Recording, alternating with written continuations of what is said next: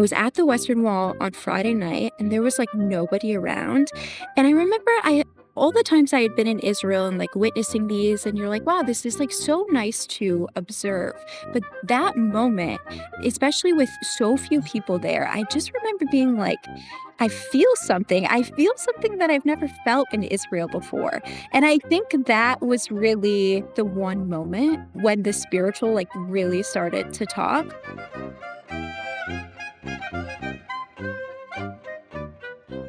Welcome to this episode of Your People Will Be My People, Conversion in a Post-October 7th World. This podcast is sponsored by Project Ruth. Founded in 2023, Project Ruth formalizes Orthodox affiliation for Jews of diverse and varied backgrounds and welcomes those seeking Orthodox conversion to find meaningful connection to and understanding of Jewish life and practice. I am Rabbi Adam Mintz, the founder and president of Project Ruth. I'm joined, as always, by Meredith Berkman, community activist, leader within the Jewish community, and, of course, the founder of the Zionista Project. And we're joined today by Kennedy Fortgang, who has an amazing story. Welcome, Kennedy. And rather than me introducing you, why don't you share just the beginnings of your story? Before that, if I might, I just want to say that Kennedy and I met at a Jewish themed and Israel focused dinner, and she was, so smart, so engaging, and I felt a little funny saying, "Your name is Kennedy. You have, you've read, I have a Gingy. One of my kids is a Gingy." So I sort of mentioned casually, I think, about the podcast, and that led to the conversation. So I was so thrilled that I think you said this is really the first time you're speaking at length publicly about your conversion. So go for it. I cannot wait to hear the story. Yeah. Well, thank you both so much for having me. And Meredith, as you said, I converted almost 4 years ago now, and I've never really spoken publicly. So I'm really excited and honored to be here. And I think this is such an amazing project. And so a little about me. My name's Kennedy Fortgang. I live with my husband in Riverdale, and I grew up in rural Wisconsin. I never met a Jew until I went to college, until I was 18. So I'm quite a far a ways from that. And a little bit about my story and my background. So where to start? There are like so many avenues and so many things that led me to Judaism, including this amazing anecdote that when I was in like third grade in the school cafeteria eating pork hot dogs, I was like, I don't like this. I'm not eating these anymore. And I stopped on site. um, so Do so you know bas why? Did your parents ever tell you that you just randomly one day, knowing they were pork, it just didn't sit right with you? No, I just didn't like it. Like, I didn't like pork. It's so weird. And my mom is definitely allergic to shellfish, so I never ate shellfish in my life. Like, I just share that because there are all these really serious and heavy things, and then also lighter things like that that really led me to Judaism. Um, so yeah, as I said, I grew up in Wisconsin. I went to the University of Wisconsin, and when I was a freshman in college, BDS was passed on my campus. It was quite nasty. It was very targeted against the Jewish members of student government, and what I thought was very targeted against the Jewish students on campus. So I started to get involved. I had no idea what this was. I had no idea of anything politically about the modern state of Israel. Um, what I knew was basically like I knew that my pastor from the church that I went to as a child like went to Bethlehem and brought back water from the Jordan River. That was basically the extent of my knowledge about Israel. Only now that you are a Jew do you realize it probably, not to dismiss the importance of the pastor in your young life, but he probably bought it there's like the gift shop at the airport where I buy it for people who are not Jewish. But maybe he really did go to Bethlehem. But moving on. Sorry. Yeah, I think I've done the same for like my aunt too. So so I started to get really involved. I started to get involved in Hillel on campus and with our APAC affiliate and just learn more about it. And pretty soon so many things in my life were just revolving around Israel and Judaism. And basically, I got very involved in Badgers for Israel. I think I was like the only non-Jewish member of the board at one point. And I went to APAC Policy Conference, and I also went to Israel 3 times before I decided that I wanted to convert. So I came to Israel very much through Zionism and through political activism. And only I think at a certain level of maturity, like post graduation, did I realize that this was so much more than just like Israel activism for me. This was really about my soul, like finding its home and finding its way back to Am Yisrael. But that's a little bit about the beginning of the story. I don't know how far you want me to go in now. Oh, wow. I mean, I don't even know where to be. I'm blown away We're, by we're, this. we're just beginning. Take it away. Um, okay, perfect. So as an undergraduate student, I also majored in Russian, and I studied in this very intense Russian language program and at Wisconsin. And pretty soon, like all of my research and interests were was revolving around like Jews in the Pale of Settlement and like stories of refuseniks. And I was doing so much research about this and reading like very obscure Jabotinsky novels at the age of 19. And I was obsessed. To this day, I still think The Five by Jabotinsky is like the best book ever written. Um, and so I started going to Israel. I started getting very involved, doing as many programs as I could because I just felt like there was something every time I would like, discover a new program or a new trip, like it would unlock this new layer for me. And so I just pursued like every avenue that I could. By the time that COVID happened, I had been to Israel 3 times. And the last time that I was there, I think it was the summer of 2019, I was just like, there is something here for me. I need to come back, and I need to come back for a longer period of time. So actually, like 2 weeks before COVID happened, I had just enrolled in an ulpan for that summer, which then ended up happening virtually. So during the thick of COVID, I was in my parents' basement in Wisconsin in a very intensive Hebrew ulpan. And this was all before I decided that I officially wanted to convert. So then the next summer, summer of 2021, I was doing a program with the Tikva Fund in New York City, and I was doing their like summer Barron Collegiate Fellowship, and it's a 2-month program. And I get to the program, and I think at that point I was the only person who had done the program who wasn't Jewish, and it's a very Jewish program. I remember them asking me like, "Are you sure that you want to do this? It's really a commitment." It starts out with like a Shabbat tone, and it was like very involved. And the answer was I had no idea what I was getting myself into. But after about 2 weeks there, and after being around what I would consider modern Orthodox Jews for the first time in my life, I was like, okay, that's it. That's what I've always wanted and like didn't know existed and didn't know how to articulate. So I'm doing this. And almost a year later, or a little bit over a year later, I was in the mikveh, thank God. And I Tell was us a what Jew. the conversion process looked like. So I was in New York City for the summer. I was living in Washington, D.C., and went back to D.C. that fall. And I think I got very lucky, basically, that right away somebody pointed me to the correct like rabbi in Washington, D.C., Rabbi Schaffner of Kesher Israel, who is my sponsor rabbi. And I think a lot of people who convert, people like sort of level up, right? Like I hear a lot of stories that people start with reform conversions and sort of want more, and then maybe they'll go conservative, maybe Orthodox.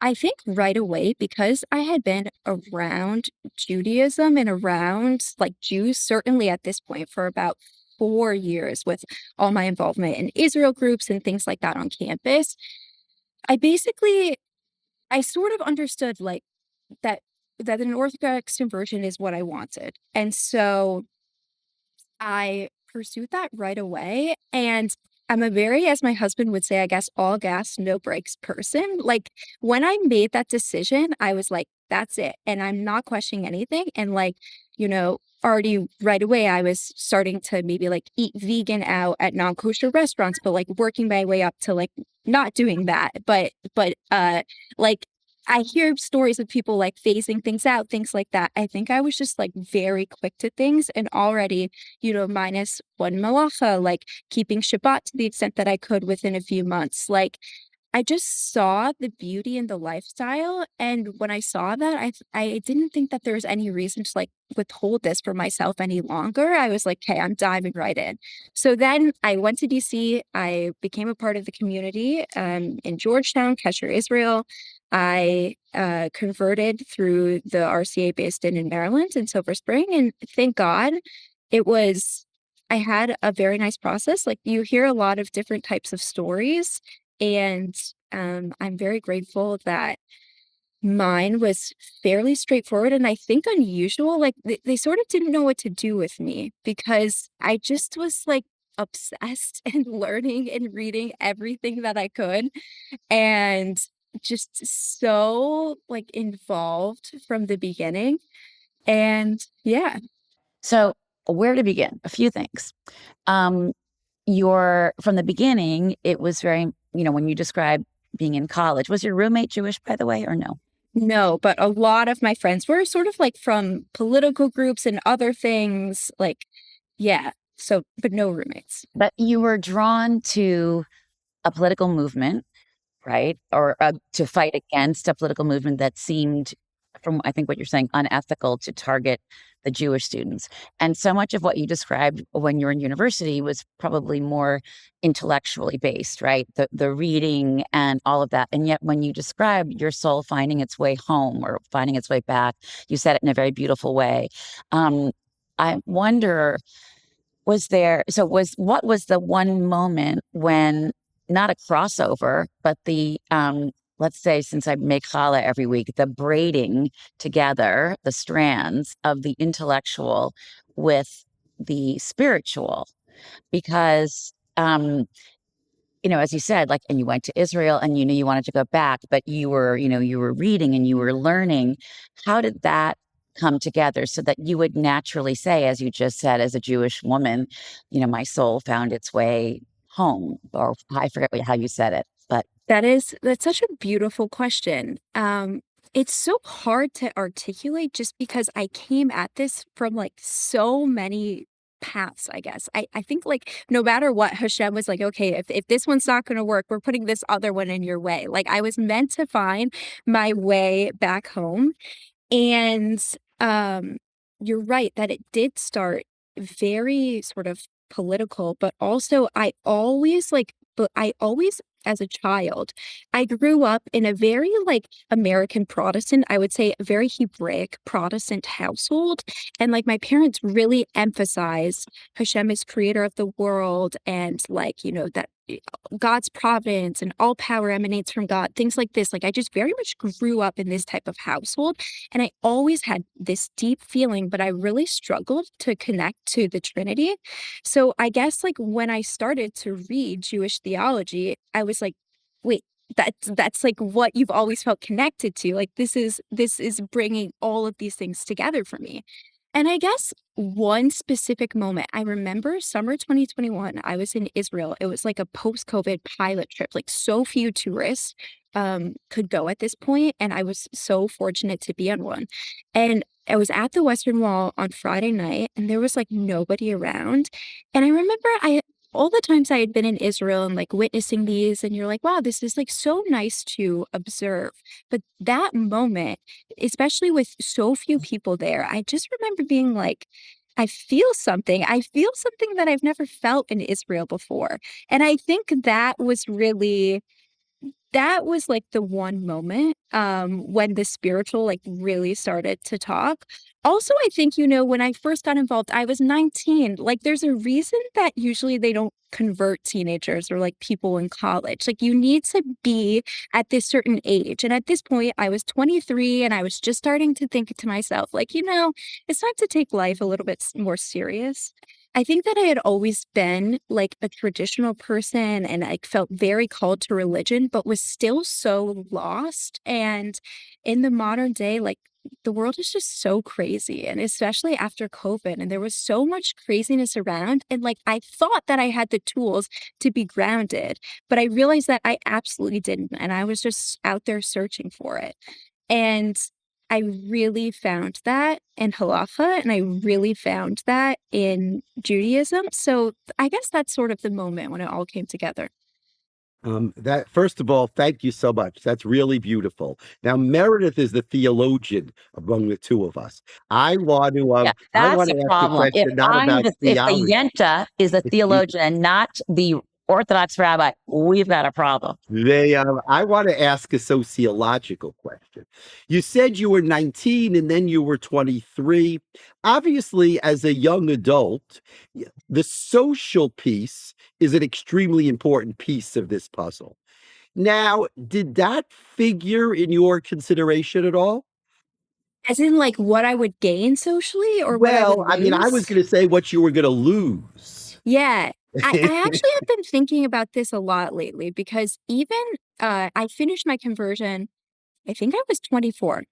Wait, now You I need to finished think. it before October 7th, right? I finished a year before October Right. 7th. Yeah, the So 25th October of 7th Elul. didn't figure in the conversion. We call our conversions, conversion in a post October 7th world, because at least when we started, we were talking to people for whom October 7th made the difference. But Mhm. you have an amazing story. October 7th didn't figure. I mean, you're so involved in Israel and the Jewish community. So, obviously you were very active around October 7th, but you have a different story. So Meredith asked about the theology when you came to, to say you're coming home, that your soul felt it. And you talked about, the Western Wall and how that was meaningful. I want to know, as a young woman in Wisconsin, or a young woman in Tikva, or a young woman in Georgetown, you must have thought about how, your social life is going to be significantly limited by this. Yeah. I've been thinking a lot about this lately because I think my relationship with Shabbat is something that has evolved like more than anything else over my time of in the conversion process and now being married and living a really robust Jewish community. So I think at the time learning about Shabbat, I was very much in this mindset of like, the things you can't do, like all of the negatives. And even now when people talk to me about it, like they always are framing it like, oh, you can't do that. And I think it's so important to frame it in the positive of all of the things that we get to do on Shabbat. And at first, like that was not really sinking in for me because it was a complete 180 of how I was living my life. And it's so true that we live our lives on a totally different calendar than just about everybody else in the world for whom Friday and Saturday are the days when you go out and you do all these social things. And that's very much how I was living then. And I think it was like a fairly hard adjustment. And even in, the first few years, when you're just starting your conversion, like you don't necessarily have Jewish friends, and maybe specifically not Jewish friends who are keeping Shabbat too. And it can be very hard when all of your friends are out doing something on like a Friday night, and then now you're like losing your social network. And I think it's also obviously particularly hard for single people as well.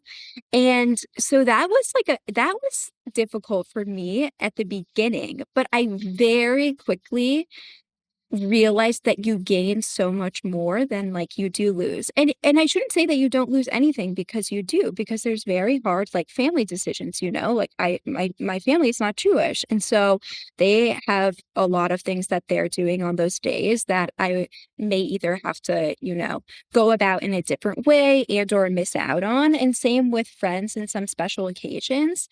But I really now and in this place, especially with work and just how hectic life is and especially in the news cycle post October 7th, where I am like, thank God for Shabbat. This is a refuge and I'm just so grateful for it and have this really new and renewed appreciation for it.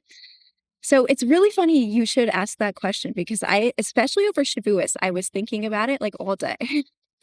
That's amazing. Now, at what point in this process did you meet your husband to be? So it's actually quite crazy.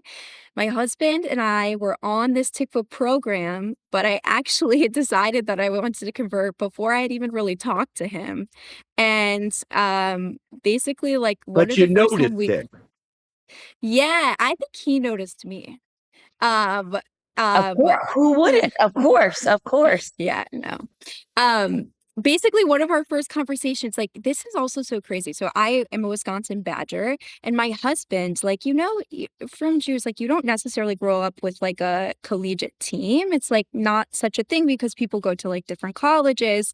And he decided when he was in high school he would be a Wisconsin Badger fan. And for like many years he wore around a Wisconsin Badger kippah. And so basically Where the is he first thing from? that Is he from Wisconsin? oh no, he's from Westchester. That's Um, so. He went to And he didn't go SAR. to He's Wisconsin. old yeah, fashioned. he He went went to to SAR. SAR. And he didn't go to Wisconsin for school. No, no, probably the first time he went. Actually, he might have gone to a Brewers game on like a baseball road trip when he was young. I'll have to confirm that. It was either then or with me. And so basically the first thing that he said to me like a few weeks into the program was like I remember him yelling across like the room, "I'm a Badgers fan." And I was like, "Who is that?" And like that's weird. And we didn't really talk much after then. But then like we had a similar commute. So I remember just one day on the commute we were talking and I said to him like, "You know, I decided I'm going to convert to Judaism." And was so crazy. So we started dating then like during my process, but it was very much like I was living in DC, he was finishing up college in New York. So it was like simultaneously we were together, we were dating, but it was like a very independent process for me. What about your parents? How did you mentioned your pastor, you mentioned growing up in a home that was rooted in religion, right? Although it was not. Mhm. And then you also mentioned earlier, buying the water at the gift shop, in the airport in Tel Aviv for your aunt to bring her the Christian holy water. So clearly you're still very connected to your family. How did they when you said, and you were describing growing up and your parents would say Hashem is everywhere, but of course they weren't using the word Hashem. You were a Christian family. So how did were they worried? Were they concerned? Were they upset? Were they forgiving? Was there no forgiveness necessary because they wanted it was so clear to you that this was what you wanted and who you were and are? Well, how did that play out? I think the the overwhelming response that I got from family and friends were like, "Yeah, duh, of course you want to be Jewish. Like, how did you just now realize this?" Like, I specifically remember a very close friend of mine saying that to me. And so I think my family like wasn't so surprised, but it was obviously still like a huge adjustment and a very big deal. And I actually got married in Israel, and my family came to my wedding, and it was last summer. So it was after the 12-day war with Iran, and it was like, it's a crazy time for people who haven't been to Israel. Like, I can understand how it might be genuinely frightening from what you see in the news. And they came, and that was a huge credit to them. And they all were like in love. They want to spend their days on the beach in Tel Aviv. And it's been so special for me to see like Judaism through my family's eyes and see the relationship that they have built with it and all of the beauty that they see in it. And I honestly like give my parents and my family so much credit because look, I was always like very different. There was always something kind of weird about me. So they were not it wasn't so unusual for them. Like I had decided I was going to study Russian and I spent a summer in Russia and I spent an academic year in Kazakhstan when I was in college. Like they were sort of used to me doing these types of things, but I am just so grateful for how they received everything and how welcoming they have been to this entire process. And also like how much they all really like this. When I come home, it's like they're so excited. They know they get challah on Friday night. And now actually my sister is very involved in Israel activism at Wisconsin. She's not Jewish, but she went to Israel last summer and she just sees like I guess we all have a very strong sense of justice. And she sees that and yeah, I'm so grateful for how my family has responded.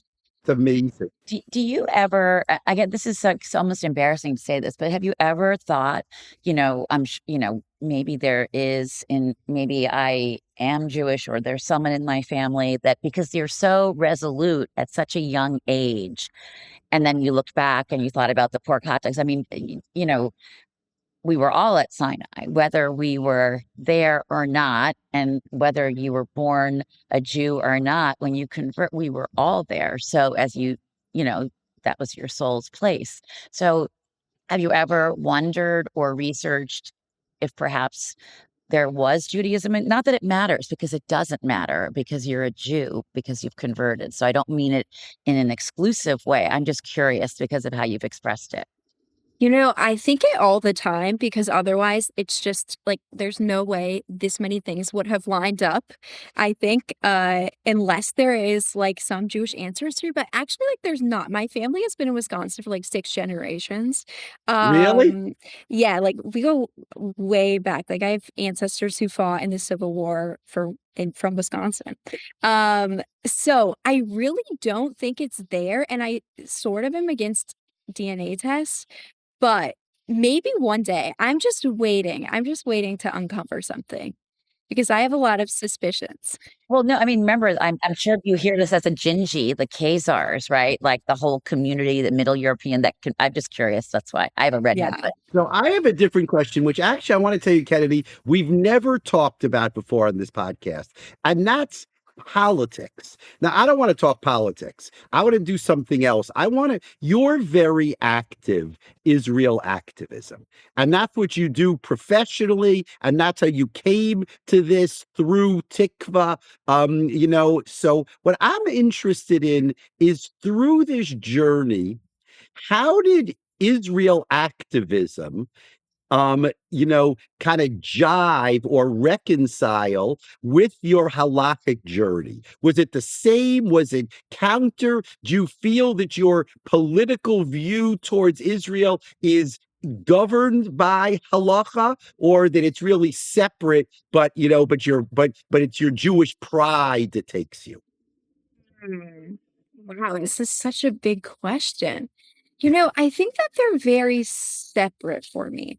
Like the Israel activism and all of my involvement in this sort of world and professionally, I think is very separate and sort of deliberately, I guess, from like my life in my community and certainly like my home.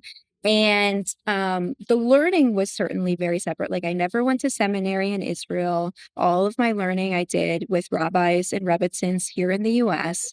And I don't know. I guess I don't like bring them together in my mind. I think when I started learning and it's so crazy, like, how you can even be introduced to halacha. Like, I don't even know how to like go back to the start of that journey. I guess it was the Tikva summer and me just asking everyone around me so many questions. And then reading like every single thing in sight. I think I had read like 50 books within a few months. I was so interested.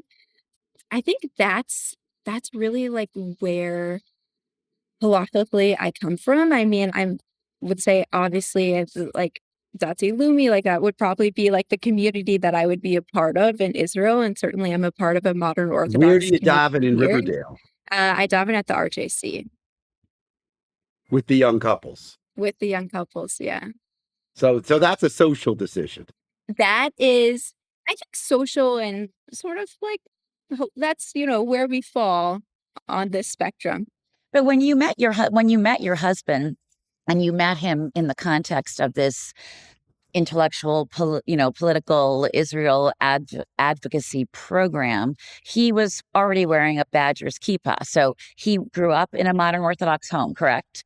Yes. But that you had already decided that you were converting and you wanted an Orthodox conversion, and that modern Hmm. Orthodoxy is what you wanted. So it's interesting. Many, not all, but many of the stories that we've told over this last year and a half are people who converted. Maybe it wasn't just that they wanted to convert, but it was sparked by a person, a relationship, Hmm. And if they did become Orthodox after conversion, if they had Orthodox conversion or not, but if they were living a modern Orthodox life or an Orthodox life, it was very often because the person that they were partnered with. So that is interesting and very unique and really powerful that you made a decision and then there was your beshert. So, but you had Uh-huh. already decided to live the life that he grew up in. How did his parents feel about his dating someone who was not yet Jewish, or were they confident that you were going to convert and it wasn't an issue? Yeah, I think hashkafically, like, of course, I can't say that he hasn't influenced me at all, right? Because I think you're always like, certainly in the early days, I was very influenced by friends and people in my community and around, and it's really hard as a convert and also for Bali Tshuva like, to know what is written in the Gemara and what people do in real life. I think that I have a huge community of, like, converts now, and a lot of people come to me, and it's so inspiring for me to be able to talk to people and hear all of these different stories, and, like, one of the number one things that I hear is, like, how much of a challenge it is to know really, like, what is done and what is transmitted through family and, like, where to come out, and so I don't think I would say that I wasn't at all influenced by him, but I think, definitely, like, we wouldn't be married if I hadn't come out to this place of where he is, right? So, yeah, I guess it's, like, a really beautiful story. It's certainly unusual from all the stories that I've heard from people, as you said.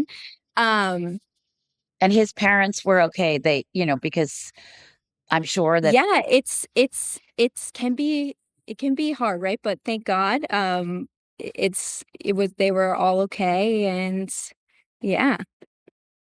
So let me go back. My previous question seems to be the politics and the halacha were two parallel train tracks.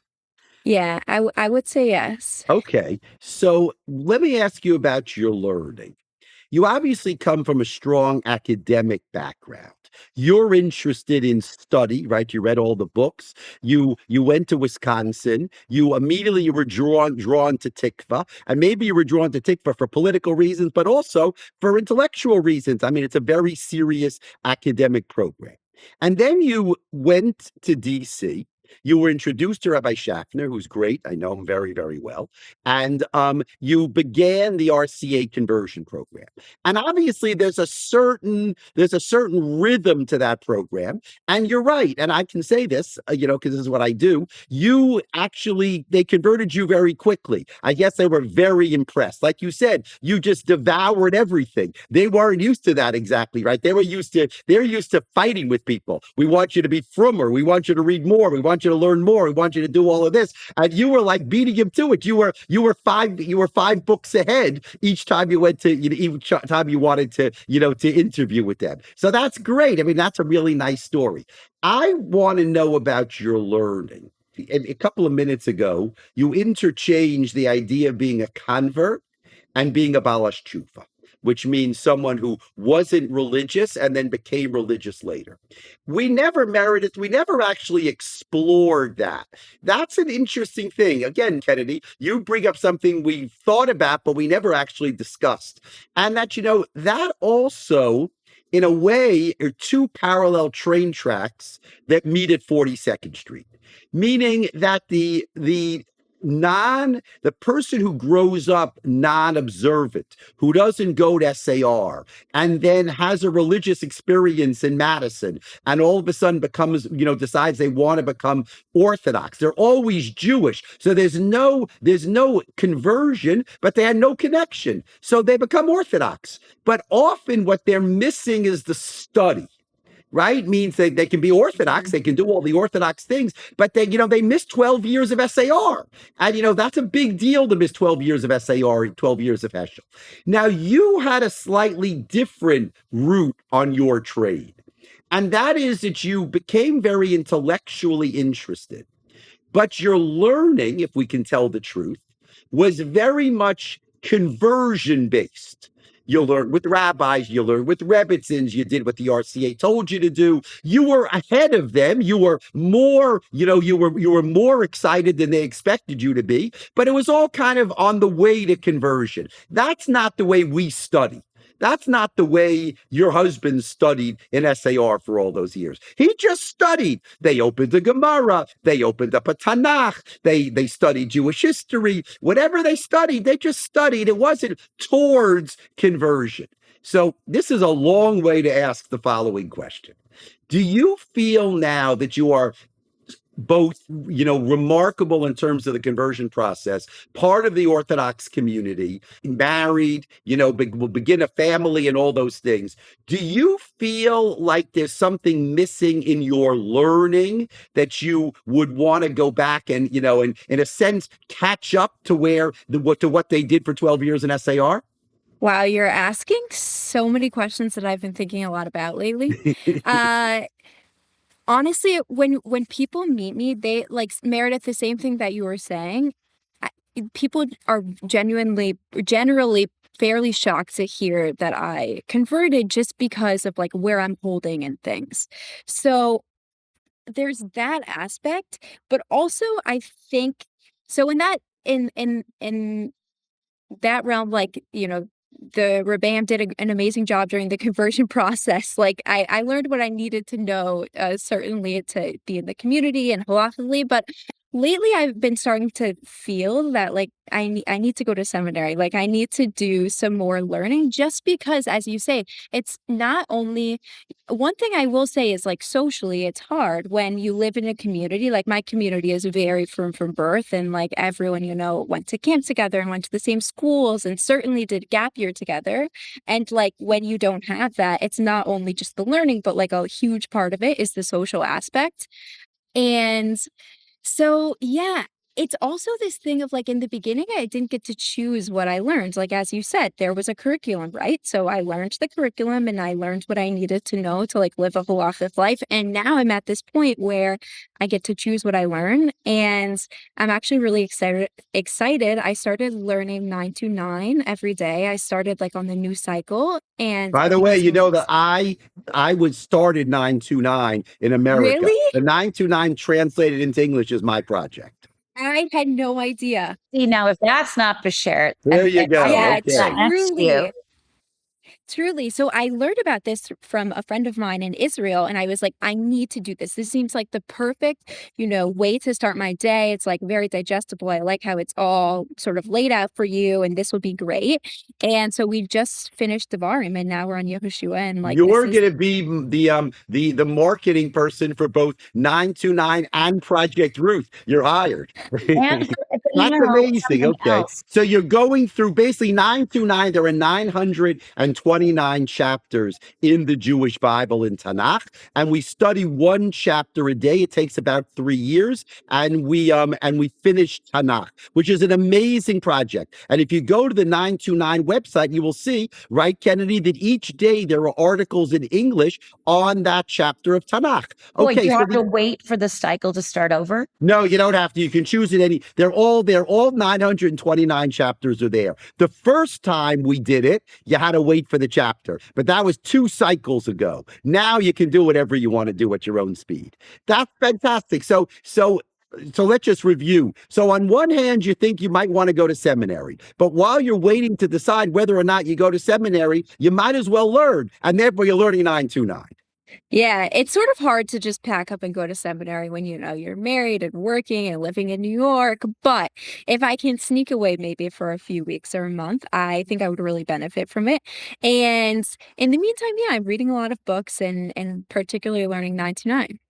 Well, Kennedy, I think you've been certainly it's so inspiring because I remember, my father of blessed memory would always say to us, I wake up every day and I think, thank God I'm Jewish. Can you imagine if I weren't Jewish? I'm so blessed to be born a Jew. And he always, imbued in us, and we were not living a modern Orthodox life. My father wasn't so observant, but he was very spiritually Jewish. It was other than his family, God, and Judaism, Israel, those are the most important things in his life. But listening to you makes me want to study more and learn more. I think you have a real role to play. I mean, we just finished the holiday of Shavuot recently, and of course, Ruth is considered by many. I learned this from my theologian friend, the first convert, right? And yet she's so essential. I mean, King David is descended from Ruth, correct? So I think you and your passion and enthusiasm, and as you said, people come to you, and you have a real role to play for people who are born Jewish to see the excitement and the passion. I mean, I often find that when we talk to converts and just in life or in shul when someone is converted, but listening to you and well, two things. One is when you started with your feelings about Israel and then later talks about the spiritual. You're almost the embodiment of this question. People say, well, is anti-Zionism anti-Semitism? You started as a Zionist who was not Jewish. You are now a Jewish Zionist, but there was a reason, obviously, you were drawn to that fight against anti-Zionism. It's all of a piece. They're dual tracks, but they meet, as Adam said, at 42nd Street. I think you have a lot to share. You can inspire so many people, not just people who are thinking about conversion, but people who are Jewish and have, a longing for learning and connection. That is such a nice compliment. I really don't even know how to respond to that because it's so nice. Thank you. You don't have to respond, but I'm joining. I should be on 929. Let me follow up on Meredith's point. So I work with converts, and in 2025 we converted almost 200 people. And I'm going to tell you a little secret. A big challenge is that after they go to the mikvah, they're living a Jewish life. And the problem is, though, it's hard to get people to continue learning. I say to them studying, but we use the term learning, right? It's hard to get people to continue learning. If I try to get my converts after they went to the mikvah to do 929, they would say, I did that already. I'm living a Jewish life. To start learning again. And it's hard to engage them, and I think it's not a criticism. They work so hard. You know this very well. You work so hard in the process. You finally crossed the finish line. You ran the marathon, 26.2 miles. You ran the marathon. And you're finally done. You finally go to the mikvah. And the first thing the rabbi says is, I want you to study 929 every single day. And you say, let me take a vacation in the Caribbean for a few weeks. Let me go to Europe. Let me do this. Let me do that. And then I'll think about 929. Honestly, I think I had a similar experience. Like, I think I don't want to call it burnout, but right after the mikvah, it was kind of like, okay. And now, like, you're also focusing so much of like, it doesn't matter when you're not a Jew if you're keeping Shabbos, right? But now I'm Jewish. And so, like, it does matter. And I had these big responsibilities that, like, I made these commitments and I'm also putting them into practice in my life for the first time. And then learning on top of that, like, can be quite hard. So I also think it took me a little while to come back.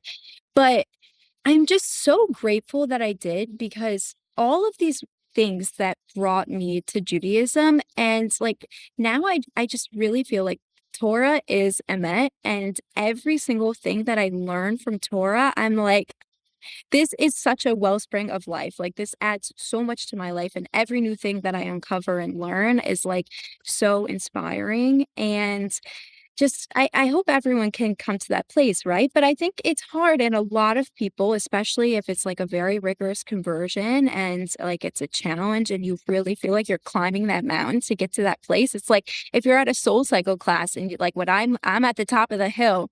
I don't know. I kind of want the break, to come back down. I don't know if I want to keep climbing. So it is a challenge. Wow. So spiritual soul cycle. I think that's brilliant. But I I could also do that. But I also think they talk about birthright, and then it took them a while to realize you needed birthright next. So I think, Kennedy, you and Adam should talk about Project Ruth next because that's so interesting. Don't worry, Kennedy. We're going to have a conversation after this. I promise. Because I'm really you're excited. representing something. I would love all my converts 3 years, after mikvah to have the same passion, not the same passion for Judaism, because maybe they have, a good passion for Judaism, but a passion for Jewish learning. I mean, because let's be honest, you're going to please God, create a family, and your kids are going to come home from school, and you don't know how many Orthodox women converts I've spoken to, I've taught, I've converted, who say they have kids who are 7, 8, 9 years old, and they can't help their kids do their homework because the kid knows more than they do because they didn't go to third grade in SAR. Now you happen to have a husband who went to third grade in SAR, but you don't want to just leave it to him. You want to be able to do the homework too. It's almost like I want to give a class in how can converts do homework with their third grade kids from SAR. That would be an amazing class. Well, I don't know. I don't know how I feel about this conversation now because I overheard. I have 4 children, Kennedy, 3 girls and a boy, 3 women and a young man, and I overheard number 3 say to the baby once, because she was like in 5th grade, she, mom, can't help you with math homework after 2nd grade. So I don't know. Anyway, but that is a very interesting. But Kennedy, I think what Adam is responding to as a theologian and I as a Jewish woman is your remarkable, passion and thirst for Jewish learning.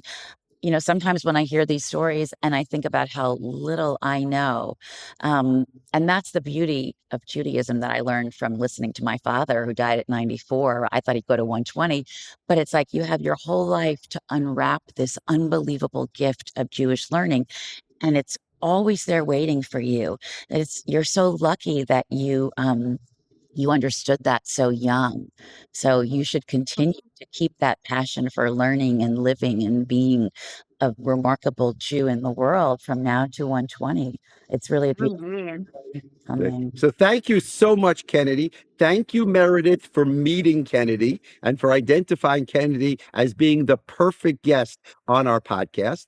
Thank you, Kennedy, for sharing what we understand is the first time you've talked about this. Your story is remarkable. Where you are now is remarkable. And I feel that you're part of the family because my son went to school with your brother-in-law. So we're all one happy family.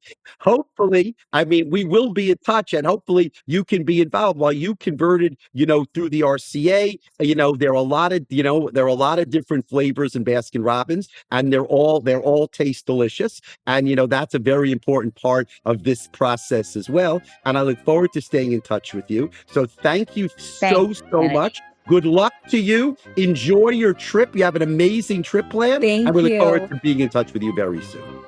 Thank you both so much for having me.